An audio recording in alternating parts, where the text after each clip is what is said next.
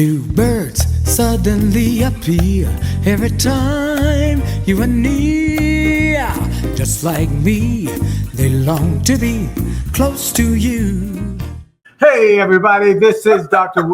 What are you laughing about? Because I'm taking off my clothes. You're taking off your clothes. I'm taking off my clothes. Oh, I see. She's taking off her clothes on as the program because she just ran in the room. That's why.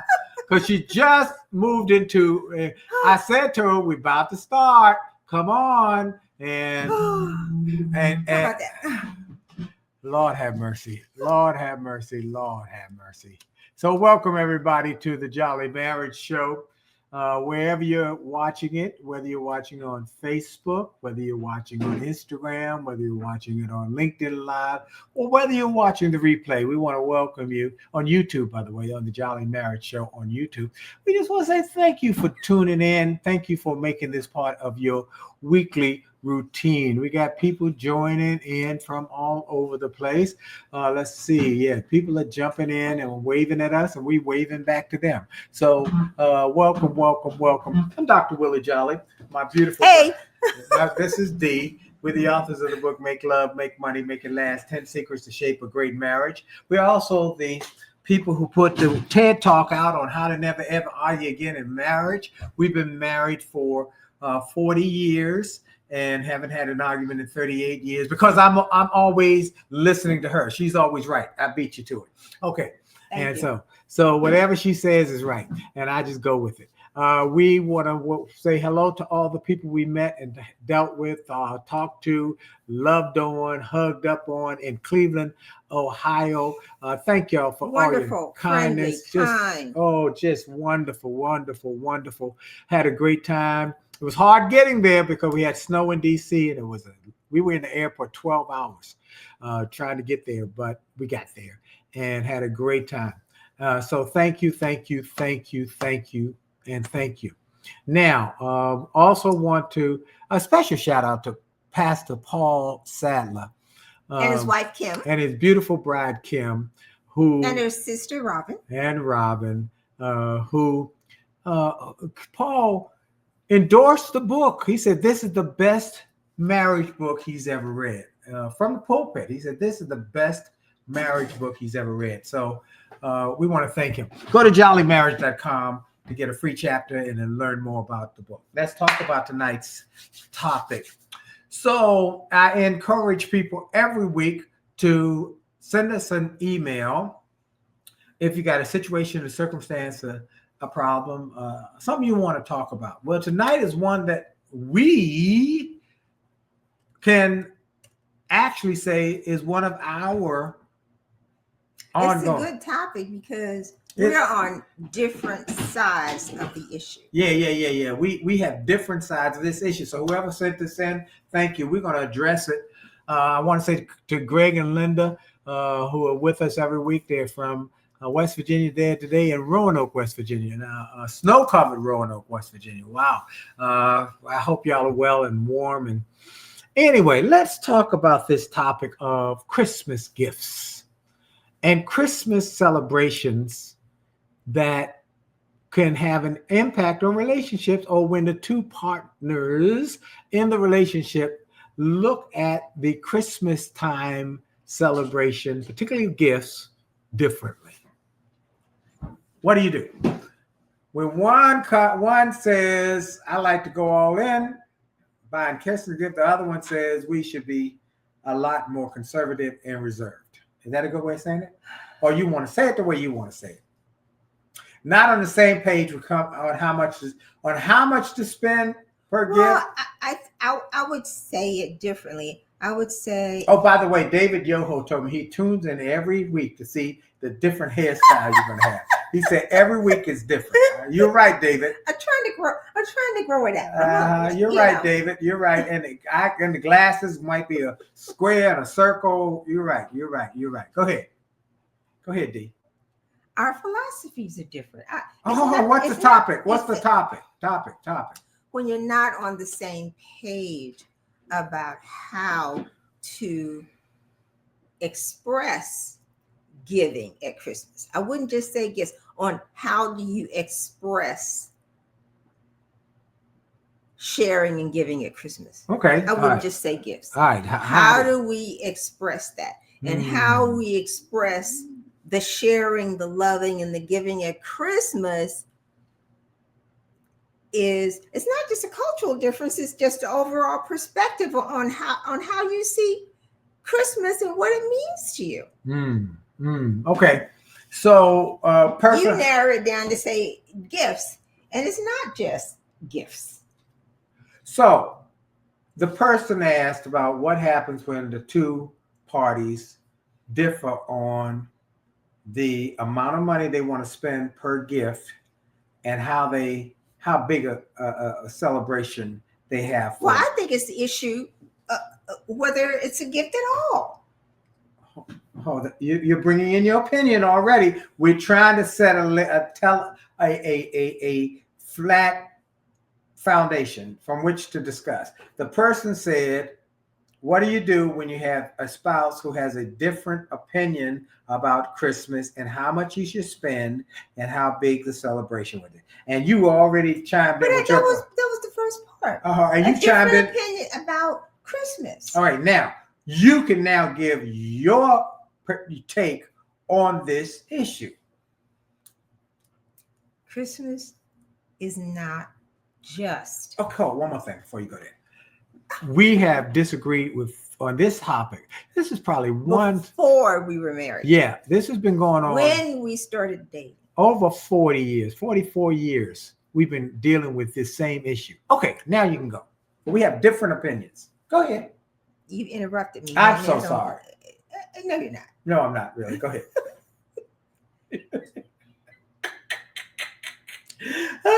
Go ahead. Go ahead. How do you feel about gift giving, period? And rushing out to get something that you may or may not be able to afford to show your love to somebody at Christmas time. What is that about? Is that what Christmas is about? Rushing out to get a gift so you can have something under the tree? Willie Jolley? I know that. I'm talking to you.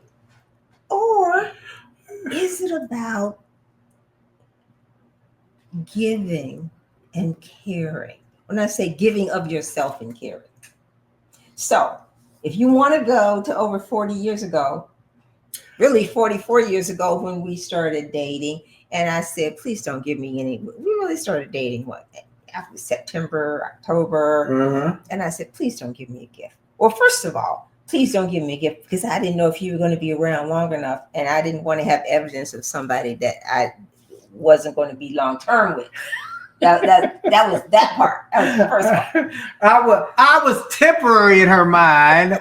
I was going to be a temporary person who just came in for a little while. She knew for a little while and gone.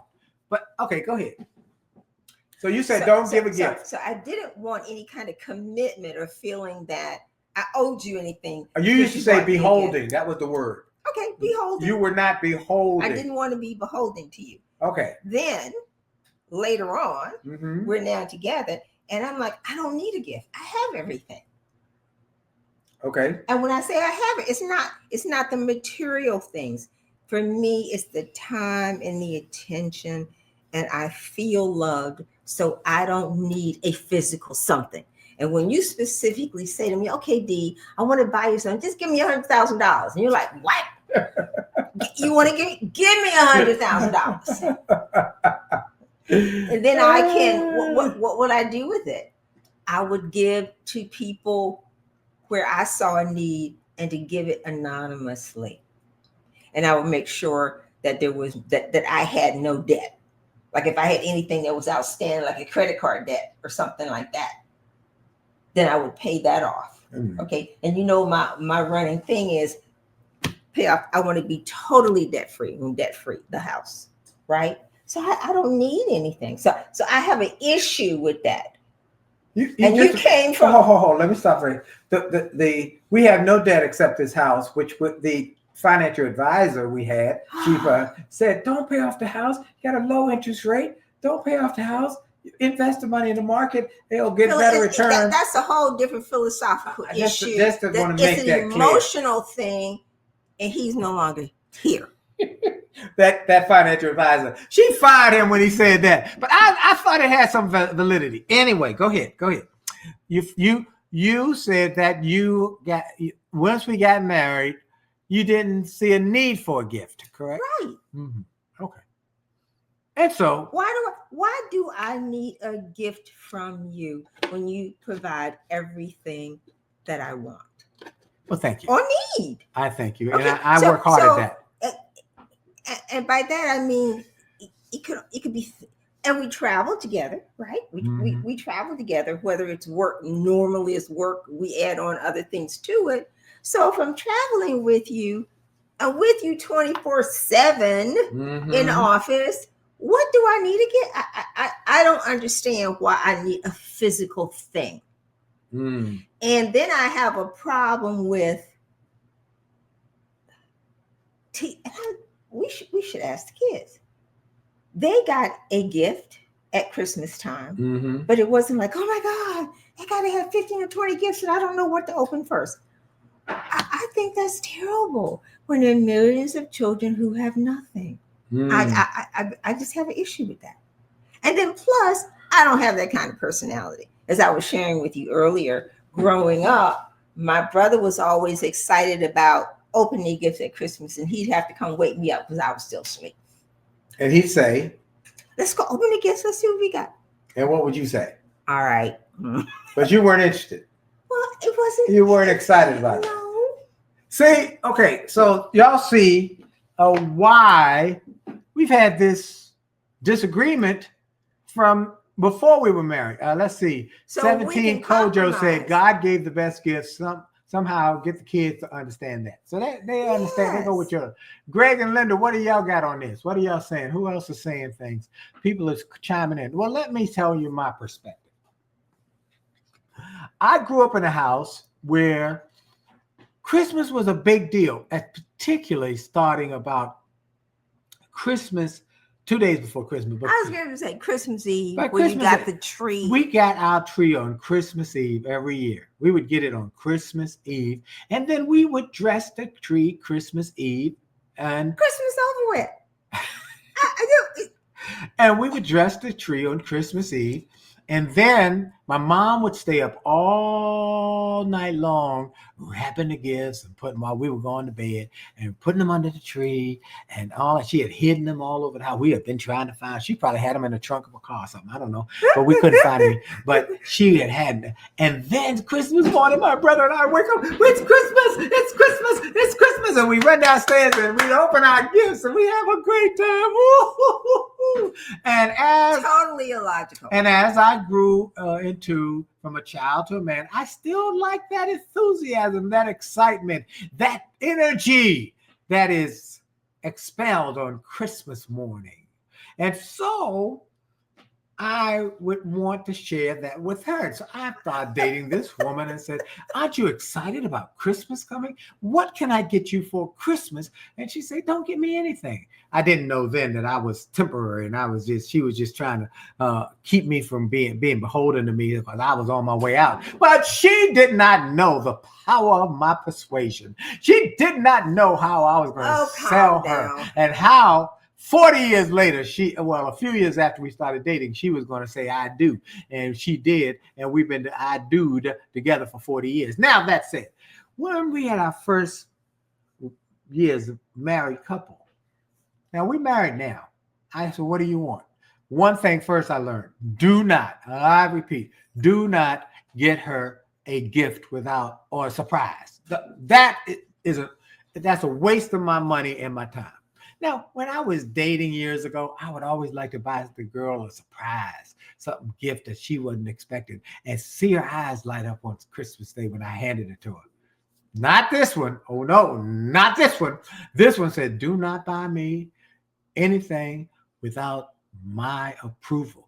Don't get me no cologne. I might not like it. I probably tried it. It doesn't work on my body. Don't get me this. Smells don't work. Get that. Don't do this. Don't do that. So I learned whatever it is, I'm going to get her. I have to get her approval on. That's it. I still like waking up on Christmas morning with a toy. So how did we compromise? A toy. I like a toy. So iPad here we are. or I don't need iPhone or So iWatch. how do I make you happy? So we compromise. Yes. Compromise and say, okay, give me a list, because now I'm like, I've got to go buy him something. This is a chore. So it's like, okay, give me a list of 3 things, and that way you'll be surprised. I'll pick out one of the 3 things that you tell me that you would want. This whole thing of surprise me, what? It doesn't make sense to me. And so she told you about her brother. He'd been excited, and it came up again today. Came up just again today. We're preparing for this show, and she says my brother called, and he's coming up Christmas morning to go to see his grandkids open a gift. She said that's illogical. I said there we go again. We starting already. It's only the first full week of December. We already started with it. The concept of not just, I'm opening the gifts, but what are you giving to somebody else who has less than you? What do y'all say? What's your opinion? I don't want it to be about, look at what I got. I got 10 or 15. I got this second. And then next week it's broken. Well, that's for little kids. You got too many things. But whatever you bought, you probably, somebody couldn't afford it. And now come January, now you're going to say, you don't know that. I know it. Well, first of all, I don't think anybody should go into debt for Christmas. But they do. But they shouldn't. Okay. You should. Now, I agree with a couple things. When couples have a Christmas, they should decide how much they're going to spend per gift and have a limit. Let's see what Greg and Linda said. We decorate weeks before Christmas, including the tree. It's a big deal. We don't go overboard on presents. We focus on children and grandchildren. We are on the same page. That's great. We are not on the same page. Thank God for y'all being on. Do you have a set amount? Yeah. Do you have a set amount that you're going to spend for each child and grandchild? Yeah, because some people say they want to. Let's say one partner, or maybe it's the grandfather, maybe it's the grandmother. Who knows? Say I want to buy a lot of stuff for it and spend all over the place for just shoot the wad. Or someone say, no, we got to keep it more conservative. Let's set a price. Do y'all do that? Let's see. Anybody got any comments on that? And then I would want educational toys. So one thing we do agree on, we give books. This year, we're giving my new book, Rich is Good, Wealthy is Better, to all the family members. Everybody's going to get a copy of this book because we want them to be financially literate. We want them to learn about money. And what I've learned and what we've put in the book is going to be transformational. I want them educated, so if we leave them anything, they'll know how to manage it. You hear what I said? If that's correct. I agree with that. From all that I am learning, and I thought I already knew a lot about managing money, and I have to deal with the business and the personal, but mostly growth through the business side of it. It's an if, right, and not a given. Because there's too much work involved in keeping and growing the money. And if you give it to one who doesn't have the mindset the same, it'll be up in smoke. Well, we agree on that. Now we agree on that. Okay. But in terms of Christmas morning, I like gifts under the table, under the tree. I like to tear off the tree. We've agreed. You give me a list of 3 things that you will want, and I will select one. It'll be wrapped, and you'll be surprised. Okay, let's see. Greg and Linda said we do for the children and grandchildren, but we usually exceed it. My dear friend James Epps, you don't know James Epps. You might have taught him at Roosevelt, but he's been friends with me since we were kids. He lived in the next 100 block of Shepherd Street, and his mother was a world-class cook. Oh my God, she could cook. And I would go there, I would sit up under their table, wait for dinner time to show up. Because she could cook. Anyway, James said, my wife goes overboard on gifts for grandchildren. Yeah. So sometimes you want to pull back the reins on the grandkids and say, hey, let's set a standard here. Let's not go above it. But I do think that you should be mindful. Don't go into debt. Whatever it is, don't go into debt for Christmas. Get a budget and stick to it. That's what I do every year. Grandkids, kids, and my wife. And I get a budget and I stick to my budget. But And she the is. budget is easy because I didn't ask for anything. But I buy you something every year, don't I? Don't I? Yes. I do. I buy her something every year, but I ask her what it is. What are the things she would be interested in? $100,000.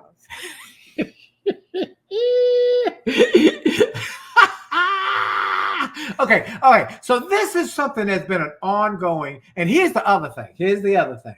My wife, she's not gonna like I say this, but it's true. She's somewhat of a Scrooge. Okay, she's somewhat of a Scrooge because she says, "Well, why are you getting that gift before Christmas? The prices are higher. If you would just wait till after Christmas, you could get it for a better price." But that defeats the purpose of Christmas. But you know morning. it's going to cost less after But that's Christmas. the part of the process of having And then Christmas. we can go together. But Dee, that's the process of Christmas morning.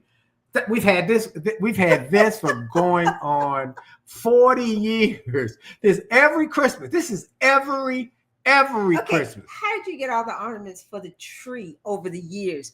Which is falling apart. Well, We've had the Christmas tree for 30 years. But and it has not been 30 years. Anyway, you buy the ornaments after Christmas. Or I got the ornaments. You got to Some meet of the ornaments I got when I was working on Capitol Hill, because back then, more than 25 years ago, when the lobbyists at Christmas time would give gifts and the like, and I was the only one with a child and married, I got to get the Christmas ornaments and bring them home. My city councilman just jumped on. Love you, Jollies. Love y'all. Janice, who for DC, running for mayor. She just announced she's running for mayor. So if y'all are around in DC, you should know Janice. She's our council person, Ward 4. And we love her mama. Oh, welcome. Her mama was the sweetest person. Sweetest woman. You tell Janice, you tell your mama we love her. Yes. Janice and her husband have a little boy who's about the same age as our grandson. They're about the same age. They're born a month apart, maybe. And he's a cute little fellow. Anyway, welcome, Janice. Anyway, so folks, this is a big deal about Christmas and how Dee and I have a different opinion about Christmas. After Christmas sale. Or can you take it back and say, okay, now it's 25% off and give me the difference? I mean, that makes sense. Okay, now sense. I could go with that, but I want something on Christmas morning. We agreed on that. I bet you something Christmas morning, one of the three things that you would want. And then we get the grandkids and the kids and we make a list and we ask them. We ask them what you want, but we're going to tell them we're going to keep it within a budget. Right. Okay. We're not going all in. We're not going to spend crazy. Because one year, one of them wanted an Xbox. I said, not happening. Not on my watch. No, you got one. I want the new one. Not happening. All right. So we've been always conservative about that. And so that's one of the things. But we do have a difference of opinion. Now, how is it we don't argue about it? Because, see, again, we haven't had an argument in 38 years. So literally. You see, we have intense fellowship. We do have we don't agree on everything. We've agreed as to the dollar value. We really have. We were just really starting to discuss that for this year. We've been so busy. We just got back from travel. It's just got back from Cleveland, and it was spoke there Friday afternoon by Zoom because I was stuck in the airport. I want to thank, by the way, the American Express Platinum Lounge. Oh my God, they were so kind. First of all, everything was delayed. Yes, and it was overwhelming. We went to the lounge, and there was a waiting list at the lounge. And I did say, well, they said, well, I need to get, and I said, he's got a program coming up, and he's going to have to do it by Zoom. Do you have a meeting? Because he's kind of long-winded. I cut to the chase. She cut right to the chase. She said he got a program, need an interview room where he can get an interview with his student. Can you do it? The lady said, let me see what I can work on. She could not have been kinder. Wonderful. Totally wonderful. Put us in a private room. I did the speech on Zoom to Cleveland for the audience, and they loved it. And then we got there in time for my 6:00 event for Code M, where myself and attorney Ben Crump and George Frazier. And Ben Crump was the honored as the Honorary. man of the year. Right. And I just spoke Smart before man, that. yeah. Oh, incredible guy. Yeah. And then we Saturday we went on a tour of Cleveland, and Sunday morning I spoke for Pastor Paul Sadler's kickoff of his retirement month at Mount Zion Congregational Church. So we had quite an experience. But and somebody had a book from 2007. Is that the last time that we were at the Faith and Finance? Maybe it was the last time. Wow. And the lady had a signed book from 2007. So they were kind, they were thoughtful, just wonderful people. Yes. Okay. So we don't argue about this. We talk through it, and we keep talking through it, and we come to some agreement. We don't holler, we don't scream, we don't argue. We just keep communicating. That's the lesson I think that is the byproduct of this whole program. You don't have to argue because you disagree. And you need a sense of humor. I had to get a sense of humor. And you have different cultures from which you come from. My mama made Christmas morning a big deal because we put the tree up for Christmas Eve. Even when my mom had passed, my brother and I would go and get our trees together on Christmas Eve. Now, but after he passed, I stopped doing that because I put the tree up a long time before. So now I put it up. Well, you had live tree back then, but we had live tree, an artificial green tree. Put the leaves all falling off. They are not falling off. It's for over 20. It's all dried up.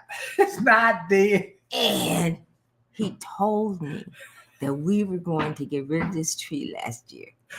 He's always persuading me, right? And I said and he did not. He said, "Oh, we're gonna put this tree up, D." This the last year, and we're gonna get a new. And what happened? And we went to get another tree. But we went 2 days late, and they said they're all gone. We went to Lowe's. We went to Home Depot.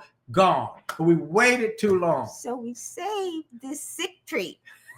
This dried up tree. One more time. And on the day after Christmas, we're going to go get a new tree. So you're going to put the tree up? Yes. He will put... Now, I will put lights and the other things inside of the house, in the window, and the wreaths and the light. He has to have special gloves because the tree is dry. Why do you keep going back? Wow, I thought you were going to say something endearing about me putting up the tree, and you going. It's like we're going to. It's beautiful. It's not. It's a beautiful tree, and it's still got a lot of life in it. This is his last year, though. Okay, last year. Well, because the day after Christmas, we're going to get a new tree before. If we don't get there when the doors open, we're gonna which means you have to go to bed at a reasonable hour before we go to the Bahamas. That's a whole nother thing. That's another point of contention. Okay. Anyway, I want to say to everybody, let's see. Well, my husband goes to the Bahamas. Anyway, let's look. We got to go. Our time is up. I want to thank everybody. What do y'all say? We got a lot of people joining in. Well, send us your thoughts. Thank you, Greg and Linda. Thank you, James Epps, and Greg, all the folks who've joined in on LinkedIn, on Facebook, on Instagram. I know Gladys Pemberton, you're probably there somewhere because you just said, were we on live? Yes, we are. I want everybody to know we only got a few copies left of the first edition version of the book. The book is going to come out the first week in January, the official launch, but these are the pre-release first edition versions that are the collector's issue. As a guy called me today and said, I want some of those books because I understand that this book is not, it's like a galley copy. It has a dimple or so, and one word is out of place or something like that. He said, a penny with a dimple is 10 times more valuable than a perfect penny. Well, they're not making pennies anymore. Yeah, but okay, that's so right. let's review quickly for those. She's on. Happy holidays to everybody. Gladys. Yeah, she says happy holidays. So it's not the money, it's the meaning first. Okay. Start with the meaning, not the money. Let's start with the meaning and money, and then we have to consider our cultural differences in terms of how we have approached Christmas as families. Okay. And your culture, 11th hour. My culture, we had the tree up early and all of that. Probably by Thanksgiving they had the tree up. Well, okay. That makes sense. Okay. And then set up, at least agree as to how much we're going to spend. Yeah, I agree with that. For the children and for the grandchildren. You say here, make it adjustable year by year based on financial circumstances and what's going on in the economy. Go to the next one. And then, switch to experience-based gifting. I like that. Maybe we did take the kids somewhere one year. We took them somewhere different. And we had a big way to get them all here. One year. Well, one year we paid for everybody to come, didn't we? So. Desiree says she really enjoyed the show tonight. So much love and wisdom. Thank you. Thank you, Desiree. And then limited gift list. So we giving the book.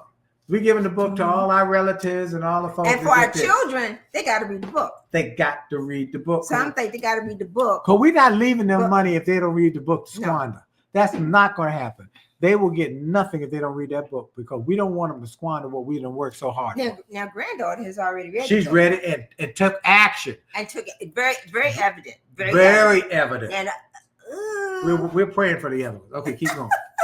Anything else? No surprise. We talked about it. That's no surprise. Well, some people like surprises. You like surprises. I like surprises, and you don't. Yes, so look, find that love language. I handle surprises. Yeah. Give me the list of the 3, and I'll pick something which will be a surprise out of the 3. All right, last thing. Okay. And what? 3 gift rule. Try that. Something wanted, something needed, or something meaningful. We gave my grandson one year. He wanted a gift. We gave him Long Johns because that's what he needed. Remember that year? He said, "That's what I want." I said, "No, not you what you wanted, but that's what you needed." Greg, Linda, thank you. Get the book. Get a couple of them for whoever. All right, we got to go and create a seasonal gifting fund. Well, you know what? You can. I like that. Do you remember years ago that there was? Remember when there was a Christmas? When they had Christmas fund. What do you call it? You remember? Yeah. When you would have, you'd save for Christmas. And at the banks, there were banks who did. You save money. Yeah. And then you take your cash out and you buy your Christmas present. That was before people had credit cards that they could just charge up. Mm-hmm. All right, we got to go. Our time is up. Thank you, Dee, for all that. I think that's good though. It's all good. That's a good idea. I think it's a good idea to save all year long. Maybe put $100 away every month for Christmas, starting in January, so you have enough money. And it's like envelope. You put money in the envelope, cash in the envelope. When the cash is gone, you got no more money. It's gone. Gone. Okay, so be wise with it. That's a good idea. But anyway, we disagree, but we've learned to live with that disagreement. She is not big on it, and I am big on it. Gladys said, I remember the Christmas savings plan at the bank. That was it. That's what you were talking about. That's it. That's right. Mm-hmm. All right, so we got to go, folks. Thank you. If you don't have the book, Make Love, Make Money, Make It Last, get it at Jolley Marriage. If you don't have the book, Rich is Good, Wealthy is Better, get it at richisgoodwealthyisbetter.com, or you can get them all at winwithwillie.com. Winwithwillie.com. Look for the product page, the product to help you win more. Tune in to my Sirius XM show, channel 141, Saturday at 4. My special guest will be Dr. Rowe, my dear friend Dr. Rowe, who now is on XM. We're going to talk about health, wealth, which is one of the things I talk about in the book. And then tune in every morning on Get Up Mornings with Erica Campbell across America at 8:20 Eastern, 7:20 Central Time. And if you don't in a city where you can get it on radio, just go to Win with Willie and sign up for my newsletter. We send out a 1-minute message Monday through Friday to everybody globally.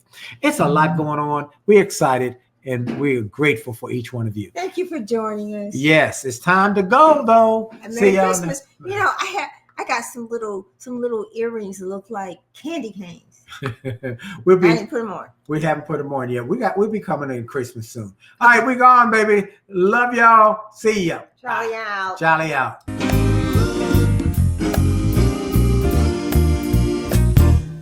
Why do birds suddenly appear every time you are near? Just like me, they long to be close to you.